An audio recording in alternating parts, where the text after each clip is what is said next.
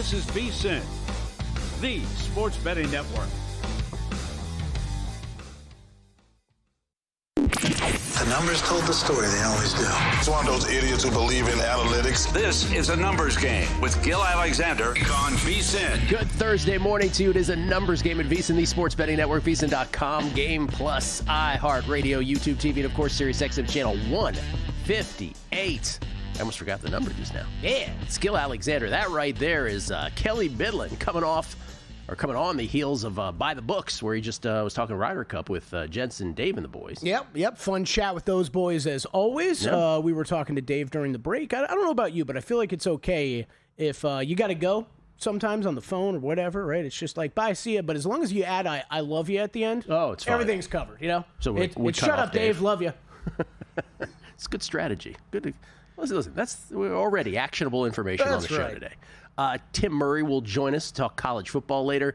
Are we sure? We'll do that as well. Estamos seguros. But, of course, Thursday's Zach and Crack. Zach Cohen with all of his thoughts on the football weekend plus tennis. The ladies are in Beijing. It's the full Asian swing, but the 1,000 tournament there in Beijing for the WTA. I am 3-2. I had 6 picks last night for VSiN Pro subscribers. 3-2 with one pending. 3-2 with one pending. So looking to have another winning day in tennis. We'll see how that goes this morning. And a little later on, Wes Reynolds on the Ryder Cup as well. Kelly on the Ryder Cup and Wes Reynolds on the Ryder Cup. That's right. Both of you guys on the Ryder Cup. And teaser time as well. And, of course, unscripted with the Crack Man, the other part of that Zach and Crack comedy duo, Bill Krackomberger, full hour. But remember, that hour is now noon Eastern, 9 a.m. Pacific. 1 hour later. Still waiting for that Netflix special to come out, you know? Zach and Crack? Yeah, the Zach and Crack comedy duo. I still have to see. They've been working on it for a while now. I still have to watch that documentary that Crack keeps recommending. What's the guy, the con man? Oh, yeah. I don't remember his name, but yeah, I know what you're talking about. Vinny something or other? Yes. I don't know. Now it's going to frustrate me Now more because you nailed the first name. Somebody will tell me. I don't know if I nailed the first name or not. I think you did. Okay, we must begin with baseball last night. Once again, these races just are both from a just a team standpoint, division and wild card, and then we got to talk a couple of these awards markets. One last night. I hope people paid heed and followed through on my thoughts on the World Series matchup market yesterday. When I was talking about that, the only thing I said was the only advice I can give is the value is on the Yankees because they're 1 game behind the Blue Jays, actually 2 because they don't own the tiebreaker. And I feel like the Yankees could very well win this division, and last night they win again. The Blue Jays lose. So now it is a tie atop the AL East. Let's go, Yankees! Again, Toronto wins the tiebreaker, having beaten the Yankees 8 out of 13 times this year, but now the Yankees are merely 1 game away from taking not only the AL East, but perhaps, it would look like, having the number 1 seed in the Major League Baseball playoffs on the American League side. So right now, in terms of what that actually looks like, I should say, is the Blue Jays and the Yankees are both 90 and 68. The Mariners are 89 and 69 for that. So again, the AL East winner in the driver's seat for that with a mere 4 days left. Anything can happen, though. Speaking of the Mariners, they clinch the AL West last night, so that race is over. The biggest outcome in terms of divisions last night, Cleveland beats Detroit again. And so now they're 1 game up on Detroit in the AL Central standings. Remember, they have the tiebreaker now, having beaten Detroit 8 out of 12 times. The final game between those two teams is today. Detroit, if they win today, I know this sounds like it's this mountain for them to win a game against anyone, let alone Cleveland. But if they were to somehow win a baseball game today in this epic collapse, this historically epic collapse, then it would be a tie. And it would be sort of a Yankees-Blue Jays situation where Detroit doesn't have the tiebreaker, but still 3 days left in the Major League Baseball season. Detroit also has to look in their rear view. They and Houston, it's like a race to the bottom of the wild card standings. Detroit has a 1-game lead over Houston for the final wild card position, and Detroit has the tiebreaker over Houston. And Detroit's probably thinking, thank goodness we got something going. 4 out of 6 games, Detroit versus Houston. Detroit won. So how does this relate to a couple things? One, again, the World Series matchup. I hope people got ahead of the Yankees thing because that still is the bang for your buck because, again, it's not only were they one game, really 2 games back yesterday, still 1 game back in quotes today, even though it's tied in the standings. But you go from having to play a best of 3 to not having to play it at all. And the biggest advantage you can have in the postseason, people will prattle on about matchups. No, it's just not having to play the first round of the playoffs, especially in baseball where it's a best of 3 and anything can happen no matter any perceived talent disparity. So there's that. And the Dodgers, by the way, are still 2.5 up over the Padres after the Padres lose yesterday and the Dodgers win. So can we just put that to bed? The Padres are never catching them. Even if they played 300 games, they weren't going to catch them, apparently. So there's that. For 3 straight months, Gil. Whatever it's been. 2.5 back. There's a chance. And then the other thing is the NL wild card. All the teams involved, Mets, Reds, Diamondbacks, they all lost yesterday. So the Mets still have a 1-game lead over both the Reds and the Diamondbacks, 4 to play. And it is the Reds that possess the tiebreakers over the other 2. And if the Reds don't get there, Kelly, they will look at this series versus the Pittsburgh Pirates and they will just hate themselves. Yeah. You got to win these games against the Pirates, and they've been beaten twice. Yesterday by Paul Skeens, who finishes his season with a 1.97 ERA. Your presumptive NL Cy Young, which brings us to a couple other markets. One, I alluded to the Yankees, or I talked about the Yankees and the Mariners. Well, last night, Aaron Judge goes ahead, and the Yankees win over the White Sox. He goes ahead and hits home runs number 50 and 51. Is that correct? Was it 50 and 51? Yes, 50 and 51 last night. And at that point, it's 59-51 in favor of Cal Raleigh in the home run race between the 2 of them. And what have I said the entire time? I'm like, hey, if Cal Raleigh gets to 60, this is over. Yep. But if it's 59-51 or something like that, and Aaron Judge is beating him in every other category, it's going to go to Judge. That's just as simple as I've thought this was going to be the whole time. Well, at 58-51 last night, after Judge hits 2, then you look up and Cal Raleigh's got 59, which he hit to the moon in right field in the upper deck. And you're like, well, here it is. He's on the doorstep. It's going to literally, I believe it's going to come down to this one homer. And then he hits number 60. And to me, this is over now. I'm sorry, Aaron. As great as Aaron Judge is, just the fact that Cal Raleigh has hit 60 home runs, I've said this for 2 months, I think is enough to put him over the top. By the way, the MVP odds now reflect it this morning. Cal Raleigh at -210 and Aaron Judge plus 160. And both were historical, Kelly. I'm sorry, I just want to finish the thought here. Is Aaron Judge becomes only the 4th player in Major League Baseball history to have a 4th season of 50 home runs. The other 3 names, Babe Ruth, Mark McGwire, and Sammy Sosa, each of whom had a 49 homer season, by the way, on top of that. They couldn't quite get the 50th season. In Sosa's case, he's the only one that has 360 home run seasons, 150 and then the 149. So it's Judge. That's a silly list. Wow. None of them have more than 4. So Judge now moving forward can set the record if he has a 5th. Do you know who has the record for the most 40 home run seasons? No. That would be Ken Griffey Jr. No. Alex Rodriguez. Oh, no. It's Babe Ruth. It's George Herman Babe Ruth. Just throwing out names. With 11 of them. Babe Ruth has 11. Second place, a 3-way tie between Hank Aaron, Harmon Killebrew, and Barry Lamar Bonds with 8 each at 40 plus. So anyway, Sosa has the most 60s. Now it's Judge, Sosa, McGwire, and Babe for the most 50s, and those guys with the most 40s. And in terms of Cal Raleigh, this, he's already broken the Mariners franchise record. He's the most for a catcher. He's got all those.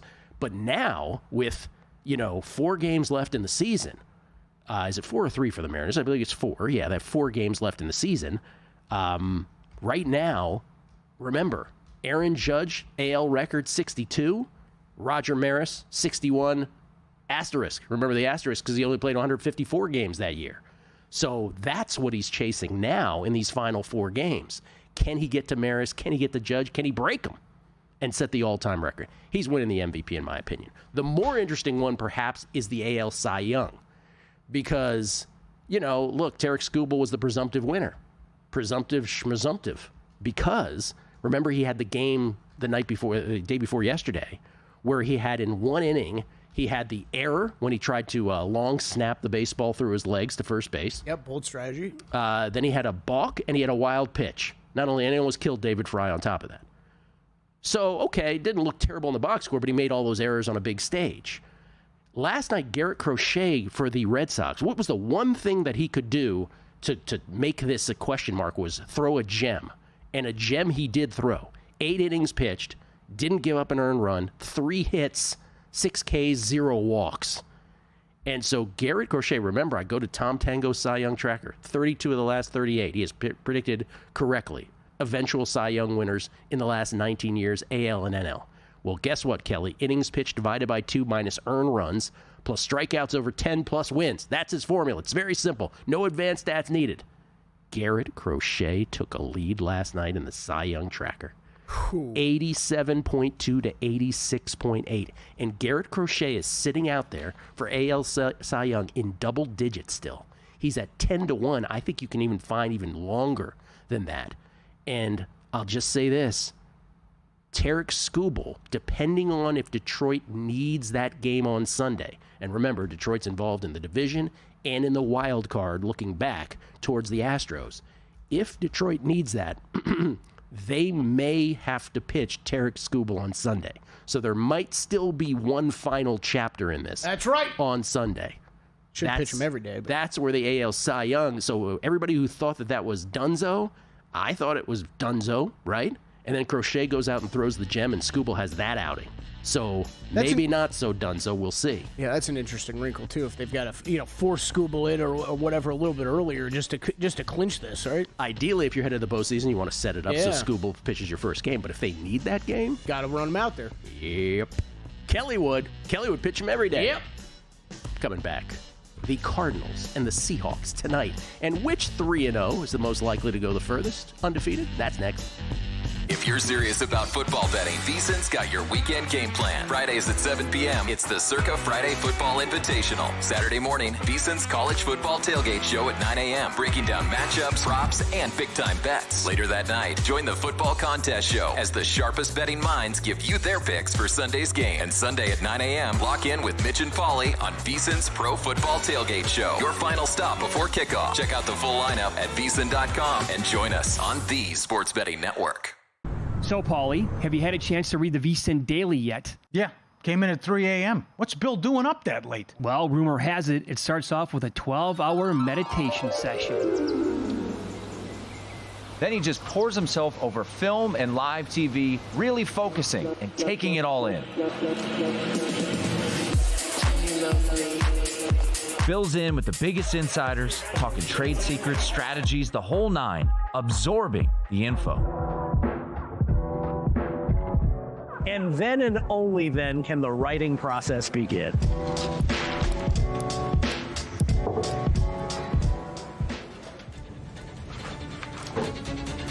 In Las Vegas, Bill's late night becomes your early morning. Wake up to the very latest betting insights in your inbox with the VSiN Daily. Sign up for free at vsin.com/newsletter. Next Money Moves, former NFL linebacker and Seahawks radio analyst David Wayman will stop by to help deep dive into Thursday night football between NFC rivals Seattle and the Arizona Cardinals. RotoWire's Jeff Erickson will also help us break down all the top prop betting angles heading into that game and Week 4 of the NFL. It's all happening starting at 2 Eastern, 11 a.m. Pacific, right here on VSiN, the Sports Betting Network.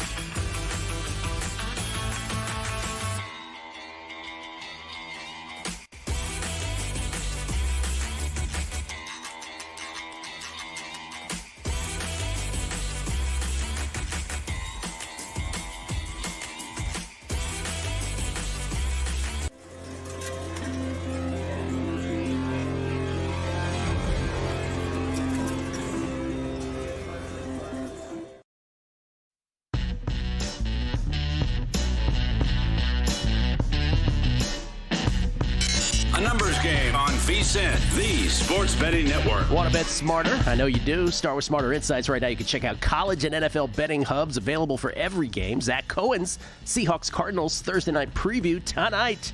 Week 4 begins. Wes Reynolds' Ryder Cup preview. We'll have Wes and Zach on. Both of them later on the show. And later today, you can check out John Hansen's Seahawks Cardinals prop bets, Paulie Howard's Week 4 kicker props. Paulie diving into the kicker props. And Adam Burke's NFL first touchdown picks. Right now, you can sign up for as little as $9.99 to access all the VSiN Pro articles. Just head to VSiN.com/subscribe to sign up today. I mentioned Adam Burke here, and I feel like we can't emphasize this enough. And I didn't when we were just talking baseball. But the Cleveland Guardians now with a 1-game lead over the Detroit Tigers. They were... The Tigers were either tied or in first place, Kelly, for 175 consecutive days. 175 consecutive days. Famously, the Cleveland Guardians have erased, again, 4 games left in the season, but they have erased, to this point, a 15.5-game deficit in the AL Central. That is the record. It's never been done before. So this is just out of control. And in this month alone, in September alone, they were down 11 games. I don't know if you know this. It's September 25th. It's not like we're like knocking on the door of October even yet. It's wild. It's incredible. Wild. So I still can't get over the run differential number from yesterday. Oh, my gosh. Guardians still at -3. For this season. Oh, man. And what, plus like 48 or something this month? I will tell you exactly because... Or was that what it was yesterday? So it's even more than that. In the month of September, by the way, if you have I guess we can wedge this in there. If you bet the September market, it's only down to 4 teams already. Like it's between 4 teams. And those 4 teams, Kelly, are the Cleveland Guardians, who are 18-5. Remember, this is most wins, with a plus 53 run differential this month. In other words, they were minus 56 headed into this month.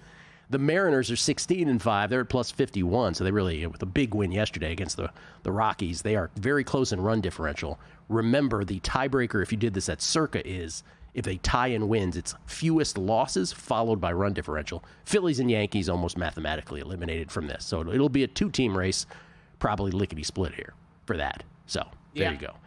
Thursday night football tonight. Cardinals, Seahawks, where, again, if you missed this line movement, this has been sort of the most dramatic line movement of the week, where this was the Cardinals as a favorite when this first came out earlier this week. It is now the Seahawks as a favorite. But I will say this, it has ticked down a little on the Seahawks. Seahawks now a 1-point favorite at Arizona tonight, State Farm Stadium. 2-2-1 NFC West teams. Remember, that's the only division where everybody's 2-1 or better. Niners 3-0, everybody else 2-1. So Seahawks at Cardinals tonight in an NFC West clash. And I guess the main thing, what was the reason for the move, the switch in favorites from Arizona to Seattle? Well, that comes down to injuries, really, primarily. Seattle, and by the way, and also Seattle getting healthy. We don't really focus on that side as much. Julian Love, their starting safety, will be back in the lineup. Devin Witherspoon as well. Their corner, who made a big splash as a rookie. So Love and Witherspoon back healthy, restoring their secondary. Arizona dealing with cluster injuries. Cluster injuries, both in the I'm so emotional about their injuries. Both in their secondary and their offensive line. So it's one thing to have one guy out, but if you have cluster injuries, that ain't good. The biggest guys on that in those groups: star rookie cornerback Will Johnson, doubtful. 3 starters on the offensive line questionable. Paris Johnson Jr., probably the biggest name to worry about there. And if you look at these analytics sites, and I know people, we've looked at these for years, DVOA, Pro Football Focus. We know how much some people just rail against the fact that how are the Ravens the best team in the regular season historically, and they never get to the promised land, right? This, that, and the other. Well, early season returns. Kelly alluded to this yesterday. Sam Darnold, Pro Football Focus's #1 graded quarterback through 3 weeks. Seattle leads the NFL in DVOA at Aaron Schatz's FTN Sports, where he's doing his DVOA now through 3 weeks. By the way, Seattle is top 6, both offense and defense, and a huge advantage over everyone else in special teams. On top of that, meanwhile, if you look at the other side, who has Arizona played? They played the Saints, they played the Panthers, they played a banged-up Niners team. What I didn't know about this, and again, this is trends that other people focus on that I don't necessarily, because it goes past years where these aren't the same players. I didn't know Seattle had such ownage over the Cardinals. I've won 7 straight over the years against the Cardinals. Man, it feels and like... only one of those, less than 7-point margin. Really? Yeah, I couldn't believe that. That's more surprising to me than actually the 7, because I would have guessed we would have had some close games here. That is pretty crazy. Yeah. It does feel like Seattle's won most of those, but I would not have guessed that many. I would that's not have for either. Sure. Great breakdown. I think that's why we've seen the line move where it is. And look, this is. We need to say it. Cardinals, we can say how soft the schedule's been. I don't think the Seattle's has been all that much tougher though either. Certainly right? not. So this is a huge game tonight. I can't wait to watch this. I think it's a big game for the NFC West. I don't really. We talked all season or all off season about. Man, this is one of the better divisions out there to me, and I have questions about whether these two really belong in the cellar conversation of this division. I think with all the injuries on the Niners side, like how this season plays out. And I had a bet. I had a bet on Seattle finishing last in this division. Doesn't feel that way now, It does not it? feel that way right now. And this is, I think we were a year early on. I know we've talked Gannon for Coach of the Year. McDonald, we might have been a year early on that bet because call. The way this defense is coming around, and I expected the defense to be good. It's looking like a top 5, top 3 unit already, and I think it's only going to get better. And then Darnold was where I was fading this team on. He's been good so far. This offense has been good. Jackson Smith-Njigba's one of the top 10 wide receivers in the league probably already. Yep, he's great. So, I don't know, bringing this all back to the game tonight, the injuries matter a ton here. I really think so. This would be... I'm a little mad I missed out on the Seattle number earlier in the week and threw it in a teaser. I was going to say, so here's the questions, because we talked about Cardinals in a teaser. Mm-hmm. What if right now, let's say you're just landing on this game right now, what appeals to you more? Now it's 1, so it's not really a long teaser technically anymore. But if you saw a 1.5 there's out one there. And a half out okay, there. there's 1.5s. What appeals to you more, the Cardinals teaser leg or just the Seahawks straight? Seahawks straight for me. Yeah. That's where I've gotten to. Because of the injury report. A lot because of the injuries and how Seattle's looked so far. We can talk about the schedules being soft, but this is where, I was very high on Arizona. I don't want to speak for you, but I think we both were. We were higher on Arizona in the offseason. Higher. That's a really soft schedule that they have not really... looked amazing in. Yeah. I would put it that way. And Seattle, by the way, San Francisco at Pittsburgh, home New Orleans. They lost to San Francisco. Yeah. Not too much tougher. So I can't wait to see these guys tonight. But if I had to go aside, I have not really considered teasing up the Cardinals at all. It would be Seattle or nothing. That was the big question for me this morning. I'm like, I don't like that nearly as much with this injury report. And remember, James Conner out too. James Conner out for the year. This is a lot on Kyler Murray tonight, and we still haven't seen Marvin Harrison come around. It is going to be Kyler Murray dialing in on Trey McBride. Seattle's going to try to take that away as much as they can. I'm looking forward to it. Heavy lean to the under. I'm waiting to see where that total goes today, Gil. I might end up on an under bet here. Can we do a little sports talk radio for 90 seconds? Because you bring up the Marvin Harrison thing, and it sort of triggers this for me. Is he the biggest bust of all time? I don't want to do that. But that's exactly what I'm thinking, where it's like, we get sold on some guys coming out of college football, can't miss prospects. Marvin Harrison Jr. now a year and change. Not so much, Maybe it's where he ended up with, right? Maybe it's not entirely fair. Maybe it's, again, we talk about this in other sports. Football, I mean, is it more of a dependent sport or more of a dependent position than wide receiver? So there's that. You know who I'm thinking about already? Now this is through 3 games, so just moving forward, the sports talk radio discussion. Travis Hunter, man. Yeah. We were sold as, this guy is this amazing generational player. I don't know. Maybe he will be. It's only 3 games, right? But boy, oh boy, does he strike you as anything special on either side of the ball yet? Shouldn't he be playing one side of the ball? Yes, Gil. Yes. But this is... Me and you have always been open about, like you said, I don't know how good this guy's going to be. I don't know how good this guy's going to be. But when we go back to the draft, the question I kept bringing up was... Okay, do we know for sure he's the best wide receiver in the draft? Absolutely not. Or the best cornerback in the draft?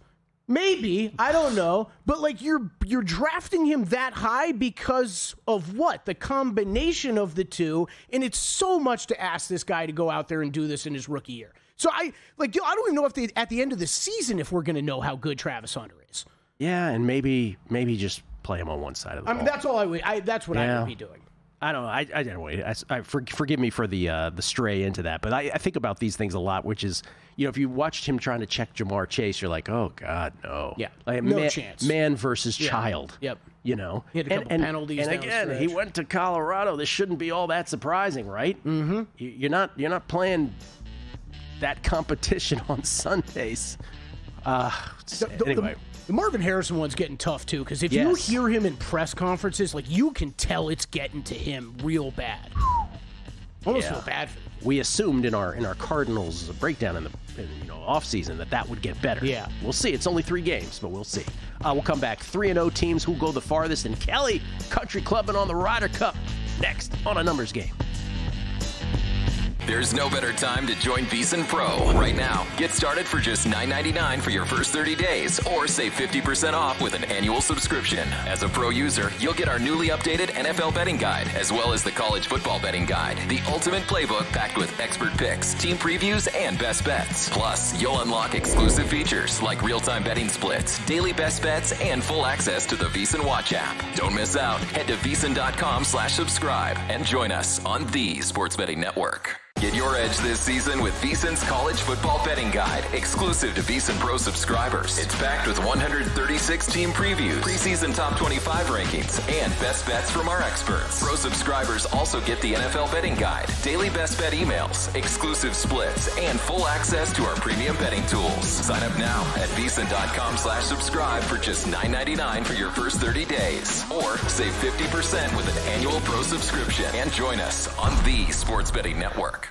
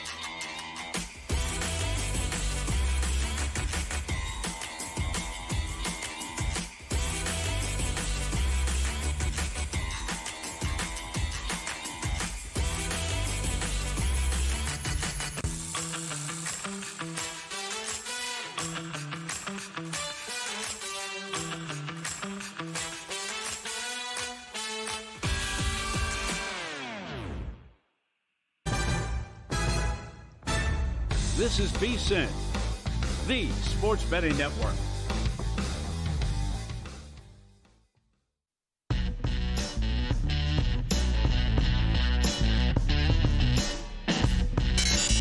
First Game on VSiN, the sports betting network. As the official horse racing partner of VSiN, First Bet is built for bettors who demand more. First Bet isn't just about placing a bet, it's about helping bettors of all levels with proprietary AI handicapping tools that provide data-driven insights to help you make smarter bets. First Bet's in-app tools give you win, place, and show probabilities for each horse, so you can quickly and easily identify good value plays and improve your ROI. Right now, you can take advantage of their limited-time $250 sign-up offer. To claim your bonus, use promo code VSiN250 when you sign up in the First Bet app or firstbet.com. That's promo code VSiN250. We get tweets at Beating the Book. Y'all are the best. Have I said that before? I think I have. Buddhist Man. I find it interesting that for the most part, Cal Raleigh's pursuit of 62 homers is being couched as chasing Aaron Judge and not the majestic historic endeavor of rewriting baseball history that Judge moving up the AL all-time home run list was. You know, like someone else never existed. Oh, Buddhist, you know I'm right with you, man. 73 is the record, people. Deal with it.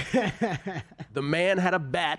The ball came and hit the bat, and it went over the fence 73 times. It's the greatest of all time. Don't get me started. Ryder Cup 99. Is he your favorite baseball player ever? Absolutely. No, me too. I'm just wondering. As a kid, it was Rod Carew, though. I love the slap hitting of Rod Carew. So that's where I got Jordan and Bonds as a kid. So it's like no question for me. And I can remember when Bonds was playing baseball, saying out loud to no one in particular, Barry Bonds is better at baseball than Michael Jordan ever was at basketball. Ooh. That's how amazing Bonds was. Ryder Cup 99. What is the kid's name you mention once in a while who plays running back? Owen Wright. My little buddy Owen Wright. Owen was on the Ravens practice squad, then on IR last year. They did him dirty, I feel like, because he had a small toe injury the final preseason game.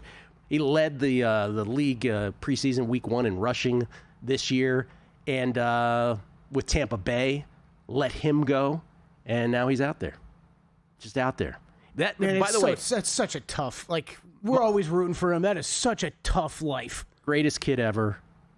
Has never done anything wrong. FCS player, though. But what you learn in my relationship with him, what I learn is the underbelly of the NFL. For guys who are on the fringe, it is brutal. It's work your ass off. Hey, guess what? Did you like playing running back most of your career? Now you got to go out there and tackle people on special teams because you got to find some role on the team. He did that. And then guess what? You could do all of that great and still be cut and moved to another practice squad. The real issue is, like other professions, if he's not your guy, right? Mm-hmm. If you're undrafted, to get in, it's almost a miracle because there's nobody in the front office whose reputation is staked on you.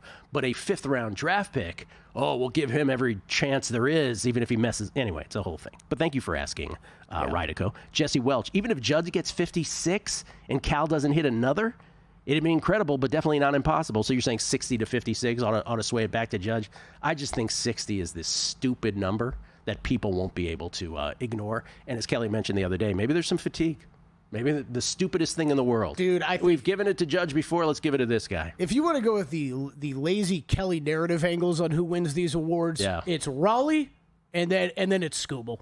Because it's Crochet I don't think he's been talked about nearly as much all season long. Crochet's the play. Crochet's the play. I hear you.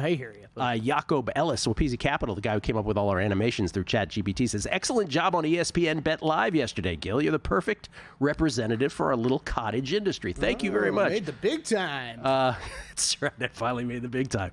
Joe Fortenbaugh, our buddy, was kind enough to have me on ESPN Bet Live yesterday. Our own Alex and Aramis did a great job setting up the beautiful shot here at Circa. That was really the star of it, if you want to know the truth. I can't believe I forgot about it. So where were you? You were right out here? Right out here. Out of the door behind you. Wait, overlooking the sports book? Overlooking the sports book, yeah. That wasn't I might have thought of that idea. Can I tell you something? Was that you? That wasn't the most fun thing I did yesterday. That, as great as that was, and it was wonderful. I'm not surprised by this. I'm not surprised. Fortenbaugh had and I have a deal. Like, if you come on my podcast 1,000 times, then eventually you have to invite me on ESPN Bet Live. I think I said that was the magic number. Hey, cash that one in. Yep. The greatest thing I did yesterday, I spoke to a journalism class, University of Maryland, Philip Merritt School of Journalism, Professor Joe Yasharoff. His kids, I think they were freshmen. Don't hold me to that. They felt freshmanish to me because they were young, bushy-tailed, bright-eyed. They were glorious. They all came up, not all of them, but most of them came up and asked me questions about careers. They're all anxious to have careers as well. And that was honestly, as great as ESPN Bet was yesterday, that was so much fun. That's awesome. I believe that's more fun. I love doing stuff like that. Talking to younger people that are so hungry to get into this industry is always interesting. Was this a journalism class? Yes. Okay, journalism class. So were the majority of the questions, were they about betting or were they about about journalism? Good question. Half and half. Your question's almost as good as their questions. Yeah. Because that's the part that me and you don't know, right? Like I went to school to write and do radio and all that stuff, but it's not like sports betting was ever a topic of conversation. Actually, it wasn't even 50-50. I would say it was 60 the business and then 40 of, some guys got in there. Right. And a girl got in there as well and was like, hey, what do you think about this? Yeah, I was like, oh, wow. I didn't see that coming. That's great. Judd O'Connor snagged the Yankees-Dodgers World Series exacta yesterday at plus 16-16, so just over 16-1. Last night on FanDuel, you keep saying it over and over. Betting Profit X, Gil, will speak it into existence. Let's go rematch. So he did it at Profit X. Good for you, where he got that number. Ray, wreaking havoc, he said, fired this morning on Crochet 13-1 at the Hard Rock in Florida. LFC title records. Can I just say that not Eric from RotoWire, you mean Jeff from RotoWire. Jeff Erickson had the line of the week talking about the Rams, quote, they're such a good 1-2 team that they're actually 2-1. Hilarious and spontaneous. You know what's so funny? I have done thousands of these shows. Tuesday, I made I try to pride myself on making no mistakes. Tuesday, I made 3 mistakes on the show. And that was one of them. I'm like, what is wrong with me this morning? Yeah, but you know what, Gil? It's so funny that was such a great line. I probably by shouldn't him. say this out loud, but we don't make big mistakes. I'll take the small mistakes. You had a couple small mistakes, whatever. Eric Pog, small mistakes every day. Eric Pog, Crochet 18-1 on Bet365. As a Tigers fan, I had to take the emotional hedge. Many more tweets. We'll get to all of them. But ladies and gentlemen, we got to go country clubbing with a Ryder Cup. Let's do it.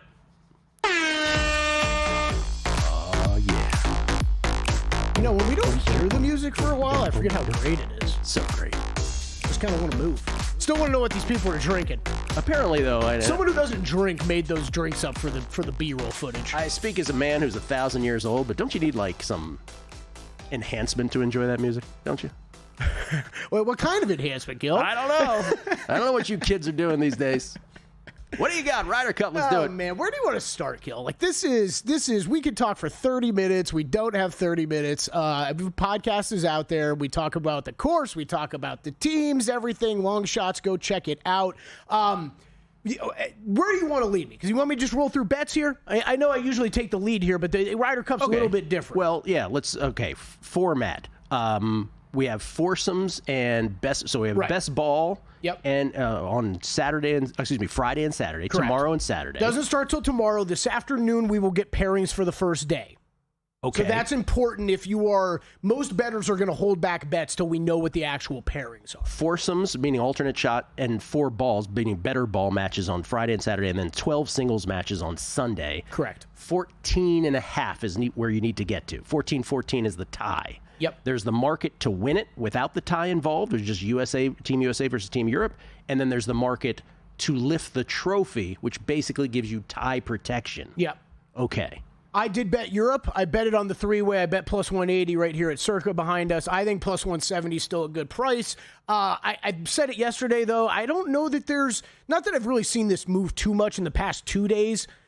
If you're looking at Europe, though, like I am, and you're outside in Nevada, I don't think there's any reason to rush still, Gil. I would check this price tonight. I think there's maybe a chance it doesn't move. Maybe it's just, 3-5 cents or something like that. A better price is a better price, though. It's all going to be USA money coming in here over the next 24 hours. So that's where I would start. This is very much a price play. We talk about the Ryder Cup, and it is one of the greatest home field advantages in sports when we talk about this. So I'm not saying the price is wildly off, in my opinion. I do think this is very coin flippy, though. These are two very evenly matched teams that are going up against each other. I think it is the the middle of these rosters. I think there's been a lot talked about the top-end guys and the low-end guys for each one of them. I do think the guys like Ben Griffin and J.J. Spawn could play very well for Team USA, while there are some weaker links on the European side. However, those mid-range guys, the Colin Morikawas, the Patrick Cantlays, the guys that we have, Justin Thomas, the guys that we've seen struggle a little bit this season from what we're used to seeing with them, I think that's where Europe is going to have the advantage. I trust Ludwig Oberg. This, of course, sets up perfectly for him. Victor Hovland, same sort of thing. Guys that have had good match play experiences and played well in the Ryder Cup last time around. I think those guys are going to make the difference in this. I think Matt Fitzpatrick makes a difference in this. I have a bet on him over 1.5 points scored in the Ryder Cup. That means he's got to get out there for a few. I like that. Other one that I bet, other prop that I really like, Rory McIlroy, top 3 European point scorer. What you're looking for ahead of this event is how much do we expect these guys to play. Rory should play 5 sessions, gives him a great opportunity to cash that. And Gil, we have not seen very many close Ryder Cups recently. I laid 3.5 points this morning at plus 450. Plus 450. I hope it's boring. It's a blowout. Let me watch football. Let's all watch football. A pro football bet. Coming back. As sports fans, we may cheer for different teams, but there's one thing that we can all agree on. We want the game to be big. And with 3 levels, 30 cabanas, a 143-foot screen, 6 clean pools, and endless cold drinks, it doesn't get any bigger or any better than Stadium Swim in Las Vegas. All sports, all seasons. It's more than a pool deck. Stadium Swim. It's the only thing like it in the world. Join the guru, John Hansen, at the intersection of prop betting and fantasy sports on Prop Points, only on VSiN. And shout out to Elijah Moore as well. Oftentimes he's Elijah less. Keep in mind, Sean Payton is evil for fantasy football. John and his guests will help you find the connection between the two and give you his expert advice on how to capitalize when a number is too good to pass up. Prop Points, weekdays at 1 p.m. Eastern on VSiN, the sports betting network.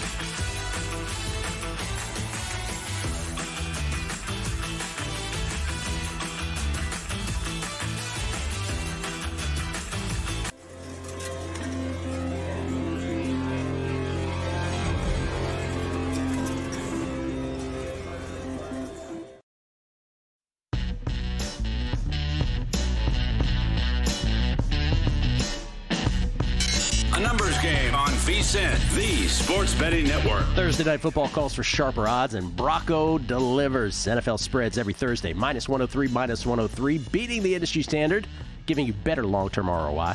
On top of that, cash in on a 50% welcome bonus, monthly rewards, and Sunday free bet promos with promo code VSiN at Brocco. Reduced juice and rich rewards combined to give you the edge. Check them out. PlayBrocco.com. That's BRACCO. The promo code VSiN is what you're looking for there. We get tweets, beating the book. Always appreciate the feedback. Bob C-137. Sounds like a building ordinance. He said, I was slacking and missed the tennis plays before it started. Got her live. I think he's probably talking about Yuan here. Yuan. Early in the match, pays to be a VSiN Pro subscriber. A Gilly Ice tennis play down a game early is the best value in sports betting, in my opinion. Did Yuan get, we're doing a show over here, so I didn't get to see the final. Did we win that final one? I went to live. She's not playing anymore. Yeah, so. I think we Result is yes, another straight set winner. So we had 6 picks in tennis. VSiN Pro subscribers get all the tennis plays overnight because we're on the Asian swing, so it's not going to be on the show because then I handicap them during the day. We went 4-2. We're up over 22 units since the last couple days of Wimbledon, and the 4-2 last night. 4 straight set wins, and you know what happened in the 2 that we lost?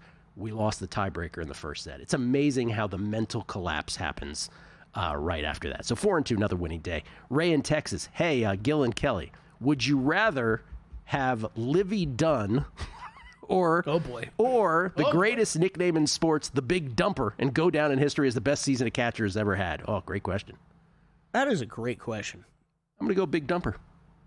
Yeah, I'm probably going to go the other way, but yeah, well, you and the blondes. I know how you people are with the blondes. James Fessler, baseball doesn't deserve it and take some Astros wins, but things could fall out where Scooble and Crochet need to pitch game 162 against each other Sunday, with a winner making the playoffs and loser going home. Ultimate Cy Young determinant. Yeah, I thought about that too, but probably not, right? There is a possibility. What he's saying is correct. There is a possibility. More likely, though, that the Red Sox will be locked in to a wild card and that they won't have to pitch Crochet. They will be able to set Crochet up for the first game of the playoffs. It's the Tigers that really look like it. There's a possibility Scooble will have to go in 162. We'll see about that. And then Judd O'Connor, your Travis Hunter bit, let's not forget who's throwing him the ball on the offensive side. He was also a can't-miss prospect. Yes, that's absolutely right. And J-Rod, I have a system, Gil. Is Iga playing in a tournament? If so, hammer her futures. That's right. That is the system. By the way, Iga coming off a win in Seoul, Korea. Her 25th title at the age of 24. Yeah, that's not too bad. Let's talk some college football. Tim Murray joins us. He's not only the host of VSiN Primetime, he's also the host of the College Football Tailgate Show. And, listen to this sexy title, the College Football Betting Podcast. College Football Betting Show. That's right. Podcast form. Great pod. Sweeping the nation. How you doing, Tim? What's happening? Tim Murray, everybody. I'm great, gentlemen. Yeah, week 5, college football season, loaded weekend. So what's not to be happy about? Can I ask you about some marquee matchups before we get to your favorite plays? How about... absolutely not, Gil. Okay, I was going to say, it's kind of rhetorical. I waited for the answer. He's like, no. All right, we'll just move on. And said it too, yeah. How about LSU and Ole Miss? Big clash in the SEC. Ole Miss a tick of a favorite here. Yeah, we're going to get Trinidad Chambliss again. What a great story this has been for Ole Miss. The transfer from D2 Ferris State stepped in for Austin Simmons, is dealing with that ankle injury, and he will still be the guy here for the Rebels. And, you know, it's fun, Gil. I like to look back at what the numbers were over the summer, what they were a week ago, and now where we are now. LSU was the favorite last week. LSU was over a field goal favorite this summer, and now we've seen a little bit of an adjustment on this. I think Ole Miss deserves a lot of credit, the way that they've played offensively so far.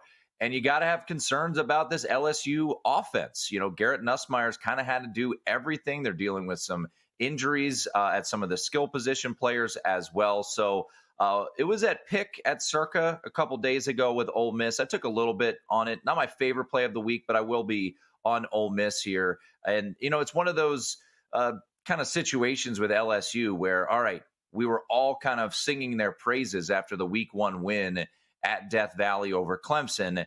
And now that win doesn't look as promising as it maybe did back in late August, right? Because Clemson has fallen apart. Now it's not LSU's fault. The defense has stepped up. And then you also have to note the all-time handicap here, guys. Lane Kiffin told us to take the over. So do with that what you will, as his daughter announced her relationship with one of the LSU linebackers earlier this week. Yes. We have a whiteout at Penn State. Yes, this weekend. It's official whiteout. Penn State and Oregon. Penn State favored by 3.5. What do you think about this at Happy Valley? Yeah, so I had Brett Ciancia of Pick Six Previews on the podcast yesterday, and he went back. I think the official whiteouts didn't start until like 05 or 06, but he went all the way back to, I think, the early 2000s when Nebraska came to town and they decided to go whiteout so they could, kind of scope out the red of all the Nebraska fans that would come to town. But look, this has been one of the better home field environments in college football when they go to the whiteout. 15-6-1 ATS is the number that Brett unearthed, and they've had a nice little winning streak here. Look, Penn State has set their schedule up for this game. They played 3 preseason games because that's what we're going to call them. They played Florida International, Nevada, and Villanova. By the way, Penn State 0-3 ATS so far this year because they've been north of 6 touchdown favorites in every single game. I still want to see a little bit more from the Nittany Lions here, but I do think it's an interesting indicator that this thing hasn't really ticked off the 3.5. Every time it gets to 3, it gets bumped right back up. And I think a lot of that has to do with Dante Moore, who has looked strong for Oregon, stepping in for Dylan Gabriel.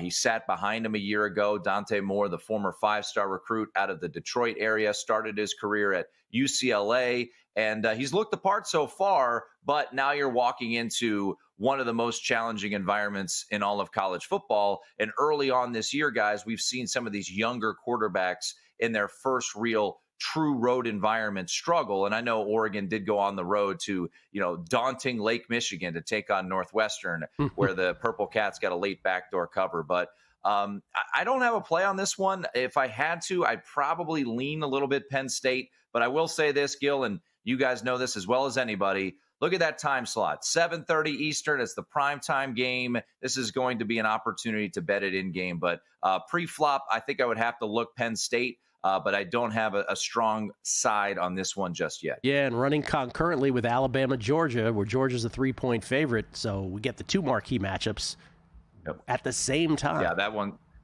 Yeah, and look, Alabama, as we all know, week one of the more disappointing results of the whole college football season. Disappointing to me because I was all in on this Alabama team, have futures on them to make the playoff, have a little crossover parlay with them and the Buffalo Bills to win the AFC East, which last time I checked, I think that looks pretty good in the AFC East with the Bills. Unfortunately, Alabama may not help me out there. But look, this is a spot where Alabama has had some success. You look back to last year, granted, it was in Tuscaloosa, but Kalen DeBoer had a lot of success against Kirby Smart a year ago with that offense down there in Tuscaloosa, and that thriller where Alabama got off to the great start, lost the lead, ultimately got it back and won the game. So, you're seeing this game sit at 3. You've seen Alabama hit the Alabama money, I should say, hit the market. This was 4.5 a week ago. Now sitting at 3. There were a couple juice 2.5s earlier this week at some, national shops, but I think I like Alabama here in this one, guys. I really like this Crimson Tide team. I've been high on Kalen DeBoer. Certainly, when you look at the losses that he's had at Alabama, you have to scratch your head at how many times they've lost now as 2-touchdown favorites. 4 times he's lost as a 2-touchdown favorite since becoming the head coach of Alabama. But I've liked what I've seen from Ty Simpson so far at the quarterback position, even though he had that struggle in week number 1. Alabama's defense, I think, is the real deal. And, for Georgia, guys, you think back to the Tennessee game. They were able to win that game. Of course, I was on Georgia in that game. Very fortunate to get a money line win in that particular one, guys. But Georgia's got some issues defensively. So I do lean a little bit here on Alabama. Real quick, Tim, before we go, your rando college football play of the week would be what? All right, a couple rando college plays of the week. We like Northern Illinois this week against San Diego State. Loved San Diego State last week against Cal. Thought it was way over played on Cal, who we are also a big fan of, Jaron Chiave Sangapulatelli. But 34-0 win for San Diego State. Now they got to travel across the country to DeKalb. We'll take Northern Illinois as a slight short dog there. I think it's a really tricky spot for Hawaii this week against Air Force. 6 straight games. Air Force, anything under a touchdown. And then if you want to get really weird, we'll go Florida Atlantic. Let's get 2 touchdowns here with the Owls against Memphis off of their big win over Arkansas this past Saturday. Hoot, hoot. Nice pronunciation, by the way, Tim. Well done there. Let me ask you this real quick for everybody. When does the podcast come out? When does the tailgate show start on Saturday? Podcast will be out in about 4 or 5 hours, Gil, and the tailgate show starts 9